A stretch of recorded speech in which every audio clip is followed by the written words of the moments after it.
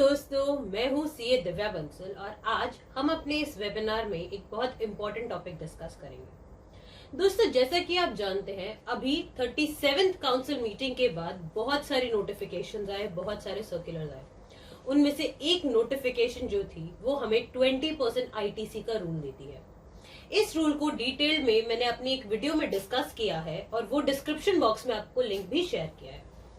अब इस रूल के आने से बहुत सारी परेशानियां बढ़ गई हैं। क्या वो परेशानियां हैं और उनका क्या समाधान है जिस कारण ये जितनी भी बड़ी परेशानियां हैं उनको कम किया जा सकता है। इस वीडियो में हम वही समझेंगे।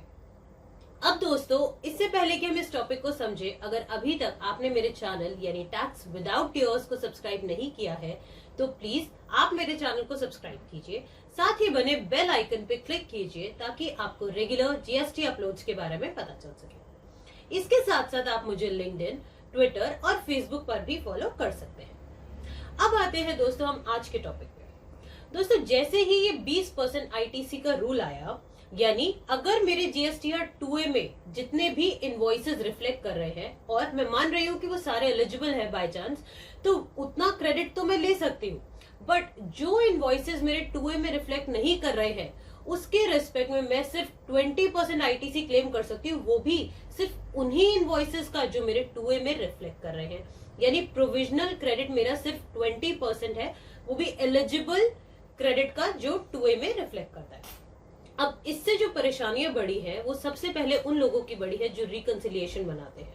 जितने भी कंसल्टेंट्स हैं या टैक्स पेयर्स जो खुद से रिकंसाइल करते हैं अपने जीएसटीआर 2A और परचेज रजिस्टर को, उनके साथ, या जितने चार्टर्ड अकाउंटेंट्स हैं और जो भी लोग अकाउंटिंग वर्क बेसिकली देख रहे हैं, उन सबकी बहुत परेशानियां बढ़ी हैं। बिकॉज रिकंसाइल करना, स्पेसिफिकली अगर मैं कहूँ एफएमसीजी सेक्टर में या रिटेल सेक्टर में, तो बहुत मुश्किल है, जहां पे इतने सारे नंबर्स ऑफ बिल होते हैं। तो ये प्रॉब्लम कहीं ना कहीं परसिस्ट कर रही है।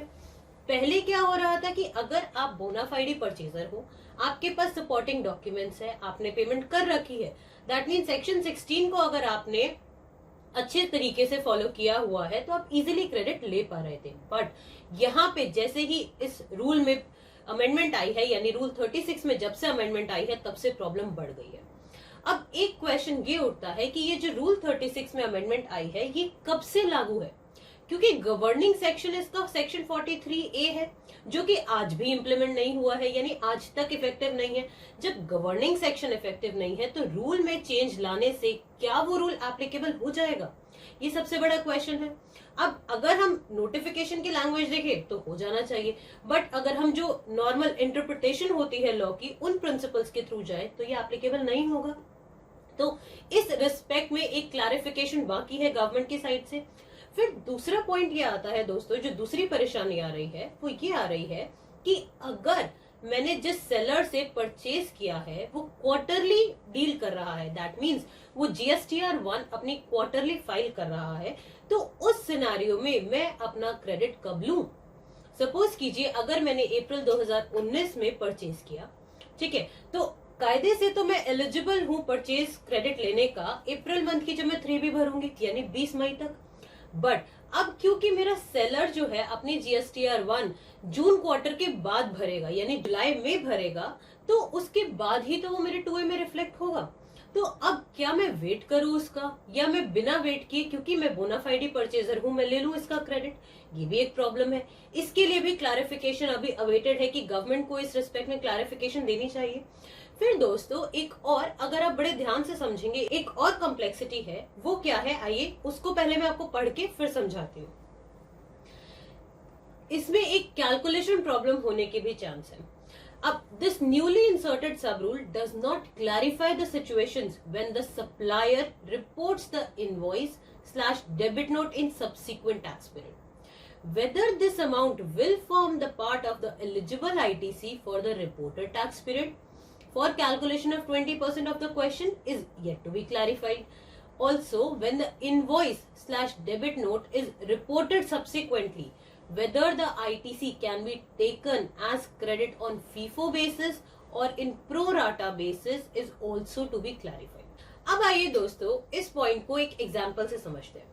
सपोज कीजिए अक्टूबर मंथ में 1 लाख एज एलिजिबल आईटीसी मेरे 2A में रिफ्लेक्ट कर रहा था, साथ ही साथ वो मेरे परचेज रजिस्टर से भी इजीली मैच हो पा रहा था। और 20,000 जो है in respect of ITC for which the supplier has not uploaded the invoice और डेबिट नोट्स, इतना मैं प्रोविजनली क्लेम कर सकती थी, यानी 20% ऑफ 1,20,000। दैट मीन्स जो 3B में मैं कैरी कर सकती हूँ इनपुट, वो 1,20,000 का कर सकती हूँ। एंड मानिए कि 50,000 तक के इनवॉइसेस जो थे वो मेरे 2A में रिफ्लेक्ट नहीं कर रहे थे। दैट मीन्स टोटल परचेज मेरी अक्टूबर मंथ की थी 1.5 लाख रुपए। 1 लाख मेरे पास 2A में रिफ्लेक्ट कर रहा था, 50,000 रिफ्लेक्ट नहीं कर रहा था। इस 50,000 के रिस्पेक्ट में प्रोविजनली मैं सिर्फ 20,000 का क्रेडिट ले सकती हूँ, इससे ज्यादा का नहीं ले सकती थी। ठीक है, अब जो बैलेंस रह जाता है वो 30,000 का रह जाता है। अब सपोज कीजिए for the month of November supplier have uploaded the invoice for से रुपीज ओनली 30,000, यानी इनवॉइसेस जो अपलोड हुए वो 30,000 तक के हो गए।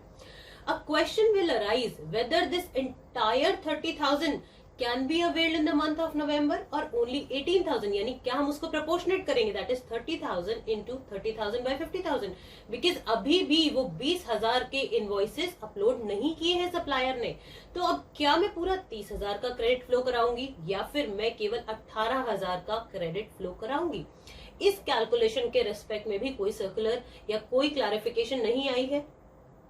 फिर दोस्तों अगर हम देखते हैं तो कहीं ना कहीं आप ये देखिए, अनजस्ट तो है ही परचेजर के लिए। अगर आप बोनाफाइडी परचेजर हो, आपने सारी पेमेंट कर रखी है, आपके पास सारे सपोर्टिंग्स है, तो जस्ट बिकॉज सप्लायर ने अपनी GSTR 1 नहीं भरी है तो आपका क्रेडिट क्यों रुके?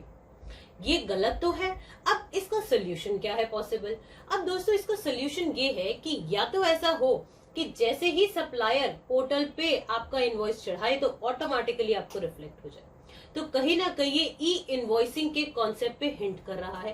दैट मीन्स जैसे ही ई इनवॉइसिंग का कॉन्सेप्ट आ जाएगा तो जितना भी ये परेशानियां आ रही है ना रिकंसिलिएशन को लेके, दैट इज B2B ट्रांजैक्शंस के रिस्पेक्ट में, वो काफी हद तक रिड्यूस हो जाएंगी। इसके बाद दोस्तों ये जितना 20% वाला रूल है ये बेसिकली हमारे नए रिटर्न्स पैटर्न को सूट करेगा।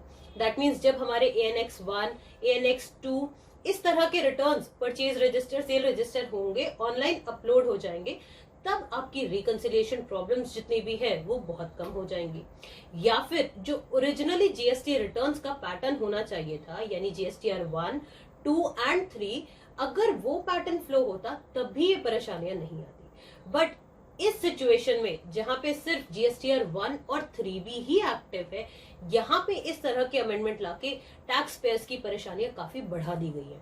बट इसका सिर्फ एक ही सोल्यूशन है कि ई इनवॉइसिंग के साथ नया रिटर्न्स का पैटर्न आए, तभी ये जितने भी रिकंसिलिएशन प्रॉब्लम्स है वो कम हो पाएंगे और अकॉर्डिंगली डिपार्टमेंट के नोटिसेस भी कम हो पाएंगे रिकंसिलिएशन को लेकर। अब ई इनवॉइसिंग क्या है, ये एक और क्वेश्चन आता है। तो दोस्तों इसके लिए मैंने सेपरेट वीडियो बनाई है, आप प्लीज उसको देखिएगा कि ई इनवॉइसिंग क्या है। जितने भी रूमर्स है ई इनवॉइसिंग को लेकर, उन सभी चीजों को उसमें डील किया गया है। उम्मीद करती हूँ कि आपको ये वीडियो अच्छी लगी होगी। धन्यवाद।